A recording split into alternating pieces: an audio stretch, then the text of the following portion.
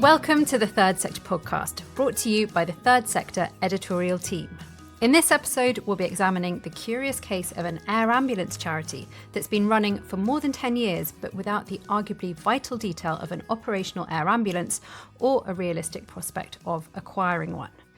We'll also be looking at how charities are dealing with growing concerns about AI-generated search results and the harm they can do to both organisations and service users. And we'll be contemplating recent union action in the sector, how charity employers are responding to it and why. I'm your host, Lucinda Rouse, and I'm joined by Emily Burt. Hello. Emily Harle. Hi. And Andy Ricketts. Hello.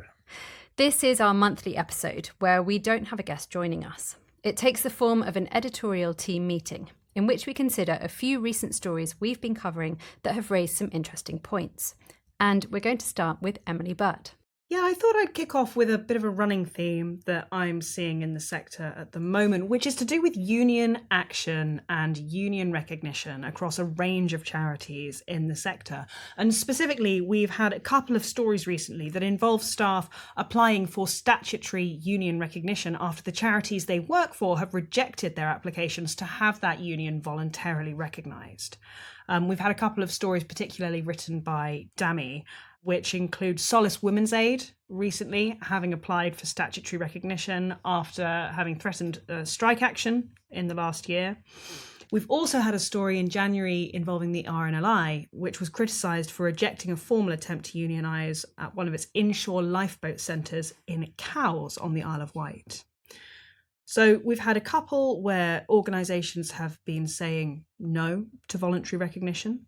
On the flip side, at the beginning of February, we had a story from Emily about Manchester Village Pride, who have agreed to sign a union agreement with the performing arts union Equity. And apparently this is the first for a Pride event in the UK. So this question of unionisation, how charities approach that, and whether or not they choose to voluntarily recognise unions, or if they have employees who feel they have to go down that statutory route, it feels like it's quite timely at the moment, particularly in this climate where we are seeing difficult decisions being made about workplaces, about restructures and staff and working conditions. I have just a technical question. What is statutory recognition? So if you work for an organisation, you can unionise if you have a certain proportion of staff who are willing to join a union for you. And you can ask your employer to recognise your union, which would mean that in terms of things like pay deals or pay conversations, a lot of the time then the union will be involved in discussion around setting pay, working conditions and the like. If your employer says, we don't want to recognise your union, you do have the option to then apply to the Central Arbitration Committee for statutory recognition.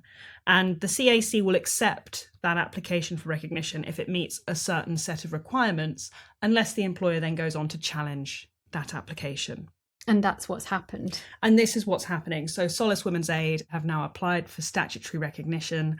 And in January, a Unite representative representing staff at the RNLI said that the union had no choice now but to begin that formal legal process to ensure that its members have proper representation and leverage over what happens to their jobs.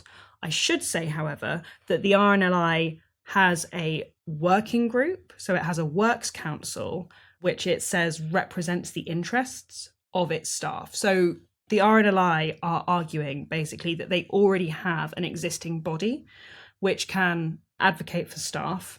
The union are arguing that that could not undertake the sort of independent collective bargaining or negotiation that you would get through a trade union. I think I've seen this tension quite a bit in my reporting while I've been at Third Sector, that sort of tension between internal working groups that the charity or organisation is saying that that is representative of their staff's interests.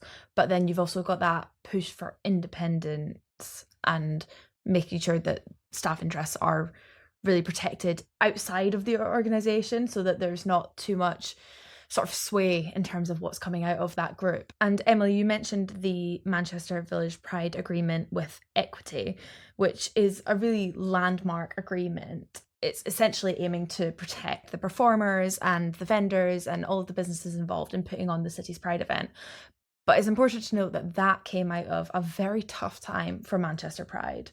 Manchester Pride went into liquidation, and there was concern about whether it would even continue as an event. But Manchester Village Pride is a new organisation that has now been set up to take this on.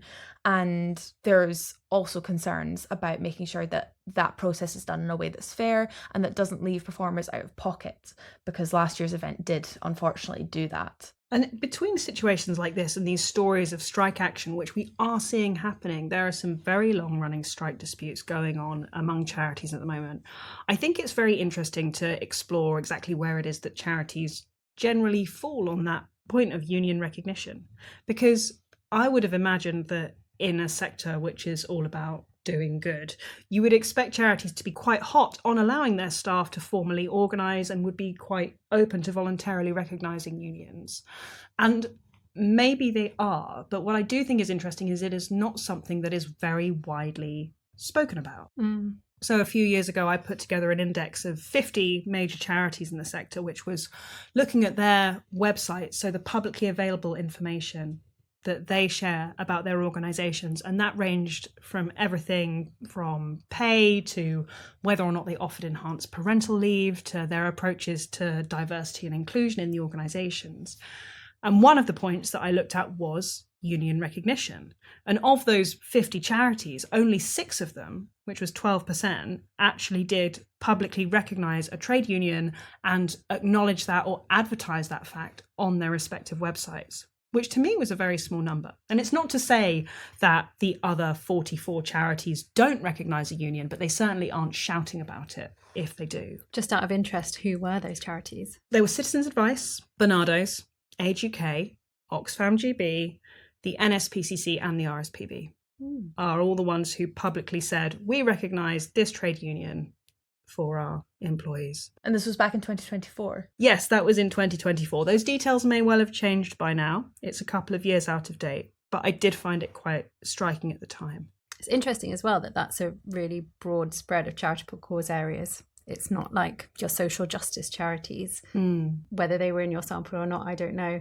I think it's a really interesting time to be considering this, given that, as you said, there has been a notable number of indications of strike action to come in voluntary organisations. The current climate obviously means that staff perhaps aren't working under the conditions that they would like. Absolutely. I think working conditions is a really interesting point in this area, because it's not just pay a lot of the time, and Shelter recently has resolved strike action, but one of the points that was a real bone of contention there was that staff wanted a 4-day working week, and the charity had been troubleshooting to see whether it could in fact offer that to people, and there had been a union dispute over that. In terms of what might happen now, I suspect we will see more stories coming of organisations calling for union recognition. Perhaps we'll see increased applications for statutory recognition if we see a broader trend starting of charities rejecting those calls for voluntary recognition.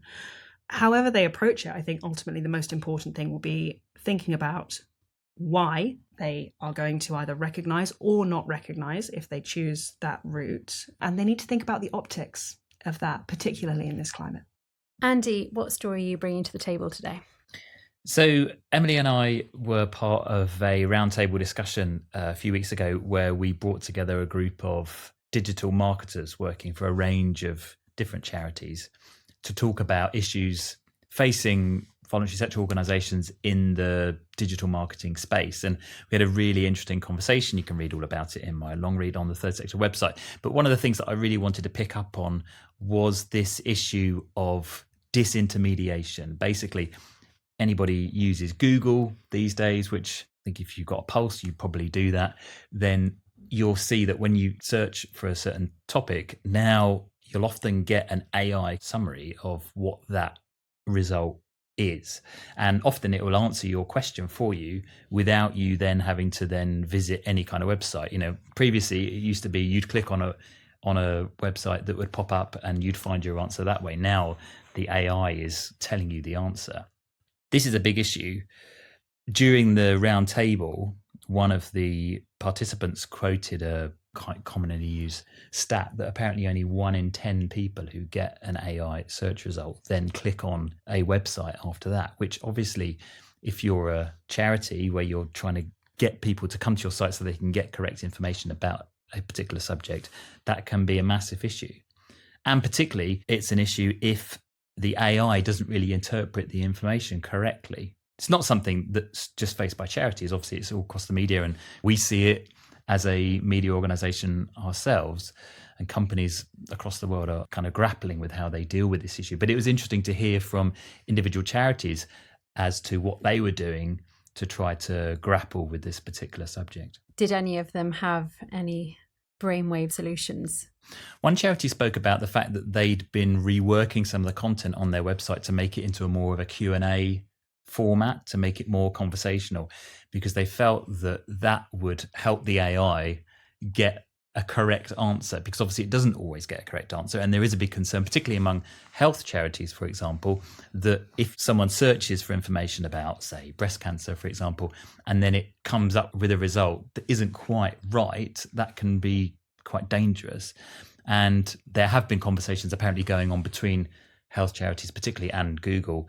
Google has acted apparently and is removing some of these AI results from those particular searches. But it's interesting that some charities are adapting the way that they present the information on their website in order to appeal to this new form of robot. Someone quoted in the session that, you know, previously everybody was trying to write their websites for SEO, search engine optimization, so that if you search for something, you'll be the first result on Google.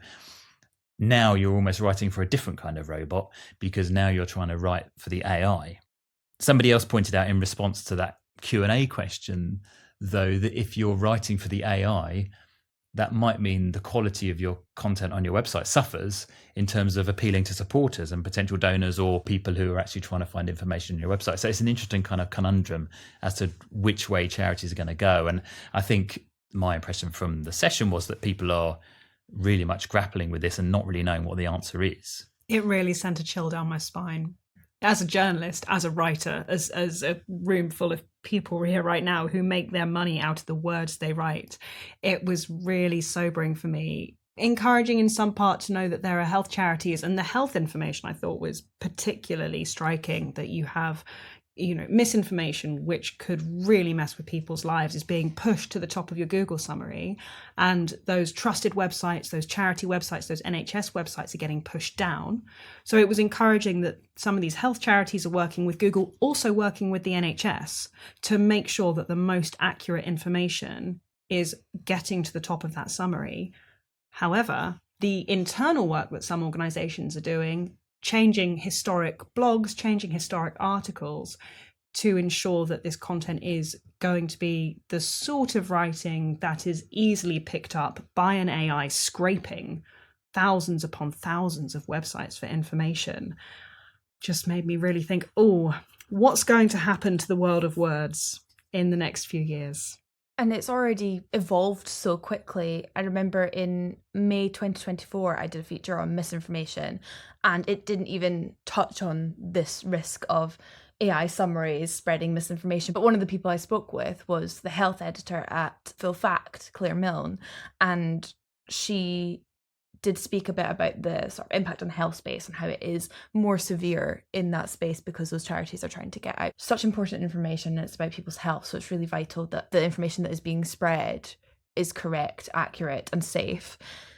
But it just goes to show, in that short space of time, this space has evolved so much. And as fast as we work on it, it's accelerating away from us. I slightly worry that we're getting into a bit of a catch-up loop. So once we've figured out the summaries, something else is going to be happening elsewhere, and we have to then move to fighting that fire. Well, I mean, at the round table, one of the participants said that they'd written an AI strategy 2 years ago that they were now going to be having to update. Well, they just said throw it out the window, actually, because it's now completely irrelevant because AI has changed so much and moved on in just that short space of time. Well, in the podcast episode last week that you hosted with John Fitzgerald from the SCVO, whose work is all about digital innovation and trying to help small charities in particular stay on top of these trends. He was saying it's really important that you have some kind of basic policy in place, but you don't necessarily need to make it long because it probably will go out of date very, very quickly. But as long as you have general principles that as an organisation you should be following when it comes to trying out different tools and just various ways of using AI, that's a key thing.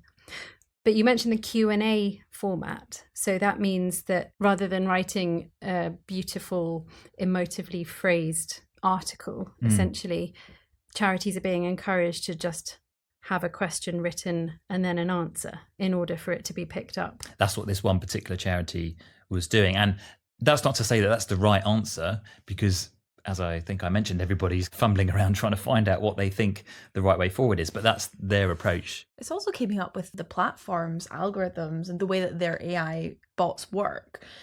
Google is, of course, the most utilised browser out there, but there are other browsers that don't necessarily have that AI summary, or they give users the option to turn it off. So we don't know how long this is going to continue being a problem for. We don't know how it's going to evolve. And what the AI does pick up might change. We're all going to come full circle again and be back on Ask Jeeves by the rest of the year. I was just about to mention Ask Jeeves. I was thinking 20 years ago, everybody was using Ask Jeeves, and then suddenly this Google thing comes along and takes over the world. So who knows what's just around the corner.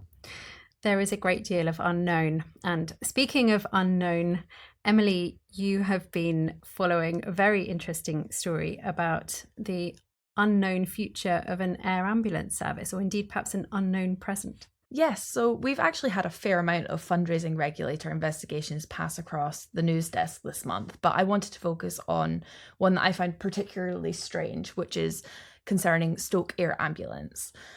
So this CIO was investigated by the fundraising regulator, which found that it committed 4 breaches of the fundraising code in relation to its online fundraising activity, including the misleading claim that it operated a functional air ambulance service, despite not actually owning or leasing any air ambulance. So this charity, to give you a bit of context, was set up in 2015 with the aim of purchasing and operating an air ambulance service in Staffordshire. But the regulator found that the charity did not have access to an aircraft, an operational base, did not employ clinicians, and didn't have Care Quality Commission approval. So the investigation found that the charity had actually had misleading images and text on its website that inferred that it did already operate a service. The charity has also offered to land an aircraft at local events to encourage potential donors to attend, and has also offered a helicopter flight as an incentive for volunteers, again, despite not actually having one. You'd need quite a lot of space at an event, wouldn't you, if you wanted to have a helicopter land there? Not if it's Schrödinger's helicopter and it doesn't actually exist. This is true.